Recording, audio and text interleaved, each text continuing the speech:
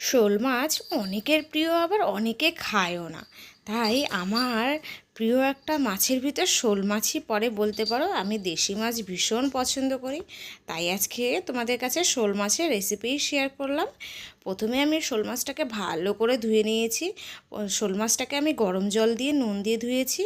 হ্যাঁ, আর ধোয়ার পরে আমি যে নুন হলুদ মাখিয়ে রাখে সেটাও আমি করে নিলাম। প্রথমে আমি নুন দিলাম, হলুদ দিলাম, তারপরে দিয়ে দিয়েছি হাফ চামচ মতো হিং আর অল্প একটুখানি সর্ষের তেল। তেল দিয়ে ভালো করে আমি মাছটাকে মেখে রেখে দিলাম 10-15 মিনিটের জন্য, যাতে নুনটা ভালো করে মাছের ভিতর ঢোকে। আর এদিকে আমি মাছ ভাজার জন্য প্যান বসিয়ে দিয়েছি গ্যাসের উপর, আর দিয়ে দিলাম মাছ ভাজার জন্য বেশ পরিমাণ সর্ষের তেল। তেল এখানে আমি ইমামি হেলদি অ্যান্ড টেস্টি ব্যবহার করেছি। তেলটা আমি আমার পরিমাণ মতো নিয়েছি। তেলটা যেই হালকা গরম হয়েছে, আমি দিয়ে দিলাম একটুখানি নুন আর একটুখানি হলুদ, যাতে না ছেটে আর না লেগে যায়। প্যানে তো অবশ্য লাগে না, তাও আমি দিয়ে দিয়েছি।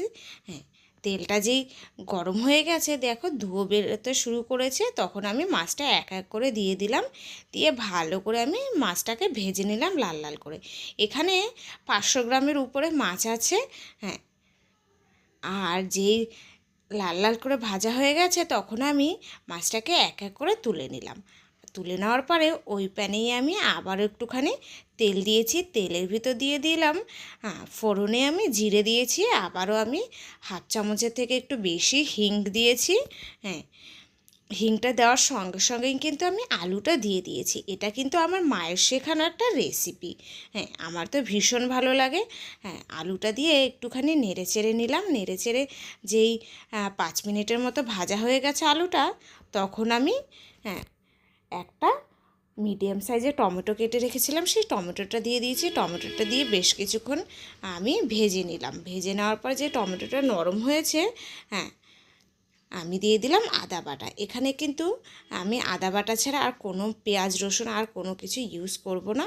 আদা বাটার পরে দিয়ে দিয়েছি জিরের গুঁড়ো, ধনের গুঁড়ো, আর দিলাম একটুখানি ঝালের জন্য ঝাল লঙ্কার গুঁড়ো, আর একটুখানি কালারের জন্য দিয়েছি কাশ্মীরি লঙ্কার গুঁড়ো দিয়েছি। আর দিয়ে দিলাম অল্প একটুখানি জল, আর স্বাদ মতো তো নুন তো দিতেই হবে, এটা তো নর্মাল।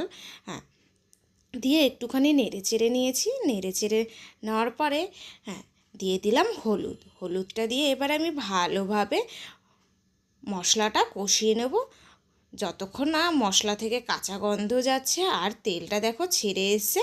তখন আমি দিয়ে দিলাম 1.5 গ্লাস মতো জল। এখানে আমি ঠান্ডা জল ইউজ করেছি, তোমরা চাইলে গরম জলও ইউজ করতে পারো। আর বিশ্বাস করো, আমার মায়ের শেখানো এই রেসিপিটা আমার দারুণ লাগে খেতে। হ্যাঁ, আর দিয়ে দিয়েছি মাঝখানে একটা ঢাকা। হ্যাঁ, ঢাকাটা দেওয়ার পরে আমি গ্যাসটাকে বাড়িয়ে দিয়েছি। বাড়ানোর পরে বেশ কিছুক্ষণ ফোটানোর পরে আমি ঢাকাটা তুলে নিলাম। তুলানোর পরে আমি গ্যাসটাকে পুরোপুরি কমিয়ে দিয়েছি।